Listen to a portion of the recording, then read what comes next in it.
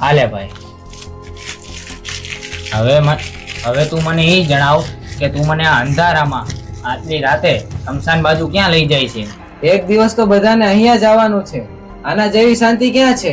આવ બેસ. અરે મને તો બીક લાગે છે. ડોહલા કહેતા હતા કે શમશાનમાં તો રાતે ભૂત થાય છે. અરે ડરતો નહીં, હું તારી સાથે છું, ગભરાતો નહીં. લાય જલ્દી માવો, આજે તો તું મને મરાવીને જ જઈશ.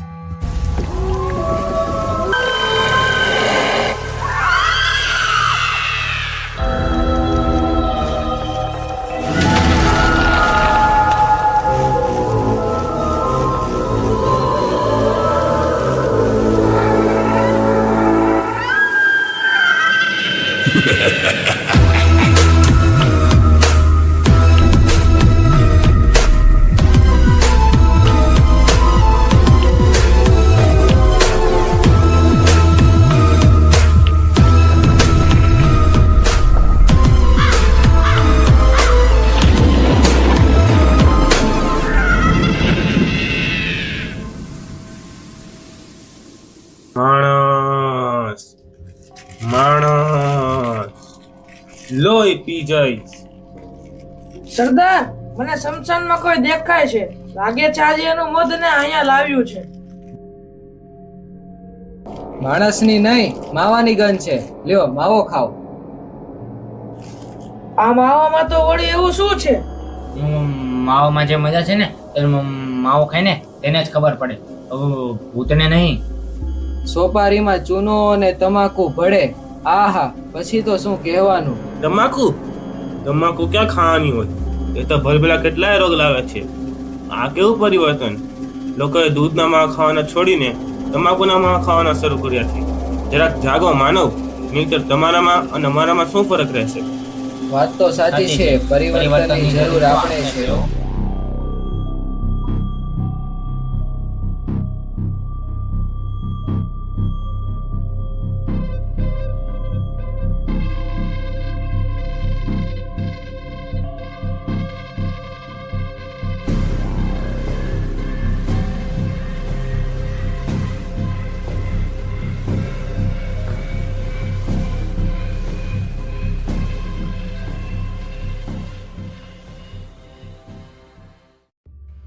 સરદાર, ચાલો ને શહેરમાં જઈએ. કેટલા દિવસથી આપણે ગયા નથી.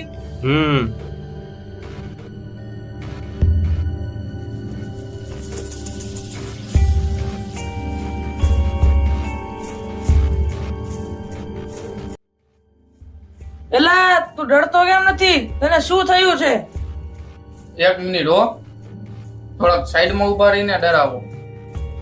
મારે હજી ફોટો પાડવો છે, લાઇટિંગ બરોબર આવતી નથી. હજી તો મારે ઇન્સ્ટાગ્રામમાં રીલ્સ અપલોડ કરવાની છે.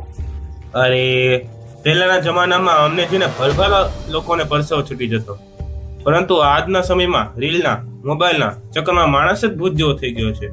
આ કેવું પરિવર્તન થઈ રહ્યું છે? सरदार, बड़े बड़े शहरों में सी छोटी छोटी बातें होती रहती है. चलो आगे चलते हैं.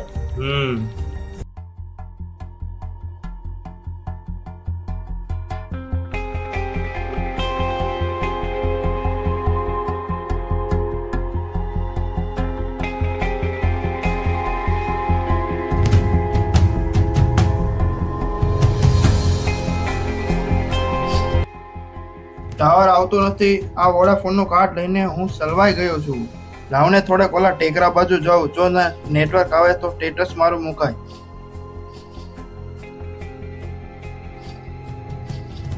સરદાર, આ સામે તો જુઓ, પેલો કેમ આમ કરે છે? લોહી પી જઈશ.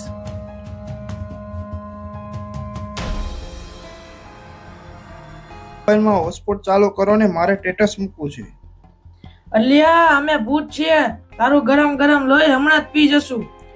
આ શહેરમાં લોકો એકબીજાના મગજ પીવે છે અને કોઈ તો મગજ ખાય છે. લોહી પીવાનું છોડી દો, કારણ કે આજકાલ તો લોહીમાં કોલેસ્ટ્રોલ અને સુગર વધી ગયા છે. જરાક હેલ્થ કોન્શિયસ બનો. સરદાર, આ કોલેસ્ટ્રોલ અને સુગર ક્યાંથી આવ્યા? ખાવાનું ખાય પણ ન ખાવાનું ખાય, માપ બહારનું ખાય, દિવસે ખાય રાત્રે પણ ખાય, તો બધું ક્યાં જાય? આ ભેદ થોડી ઉકરડો છે. યાદ રાખજો, હેલ્થ કોન્શિયસ તમારે બનવું છે. તો શરીરને સાચવવું પડશે, યોગ્ય આહાર અને વિહાર કરવો પડશે. મોબાઈલનો વધુ પડતો ઉપયોગ કરશો તો તમારા અવયવ તમે વધુ પડતા વાપરી નાખશો. તો જાગો માનવ જાગો, નહીતર તમારામાં અને અમારામાં શું ફરક રહેશે? વાત તો સાચી છે, પરિવર્તનની જરૂર તો આપણે જ છે હો.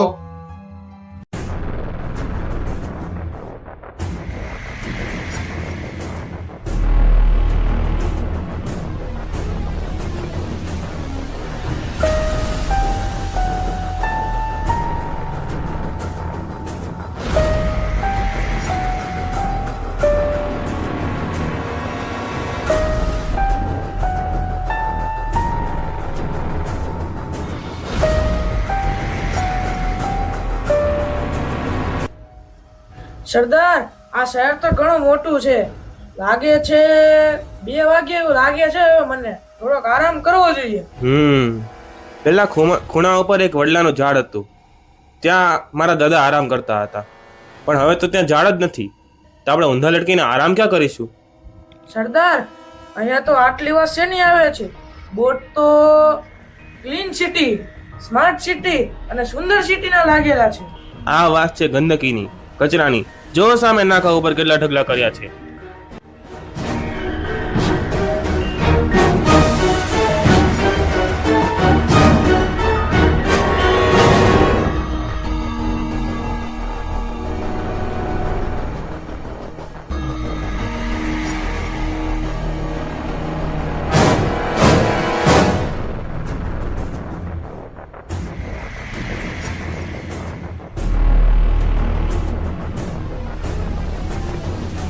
મગન, હરેશ, સુરેશ, ચાલો ને આપણે રોડ પર બહાર ચોખ્ખી હવા ખાવા જઈએ. ચાલો ચાલો.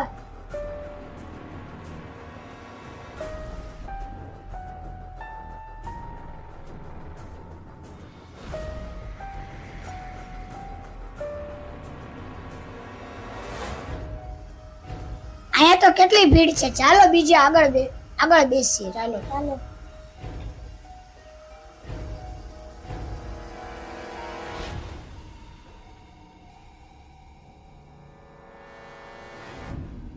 સરદાર, એ ત્યાં ચોકડી ઉપર જુઓ.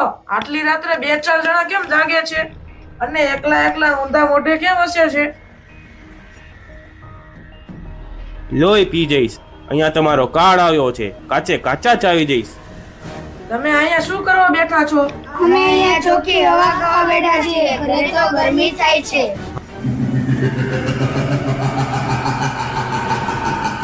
હા, હવે વારો છે.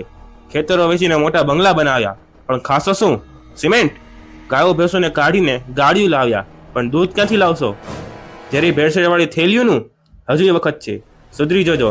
નહીંતર આ મહાયુદ્ધ પછી તો પૃથ્વી ઉપર ખાલી અમારા જેવા ભૂતો જ વધશે. ક્યાંય ઝાડ રહેવા જતું નથી. અને ચોખ્ખી હવા જોઈએ છે, ક્યાંથી મળશે ચોખ્ખી હવા? આ કેવું પરિવર્તન! હા, માફ કરજો. અમે આ પરિવર્તનની ખોટી લાઈનમાં ન કરવાનું કર્યું છે. સુધરવું હોય તો હજુય સમય છે. હજુય ભાવ પ્રેમ હળી મળીને રહેવા લાગો અને સ્નેહ મિલનમાં સ્નેહ વરસાવતા રહેજો. સત્સંગ ભજન કરતા રહેજો તો તમારે ભૂત થવાનો વારો નહીં આવે. નહીતર તો પછી અમારી જેમ ભટકતું રહેવું પડશે. રામ રામ બોલો, શ્રી રામ રામ બોલો, સુધારો હવે પોતાના કામ. શ્રી રામ રામ બોલો. ગામડું મેલ્યું, શહેર પકડ્યું અને માનવતાનું ગળું રે તૂટ્યું. જાગો રે માનવ, જાગો રે માનવ, જાગો.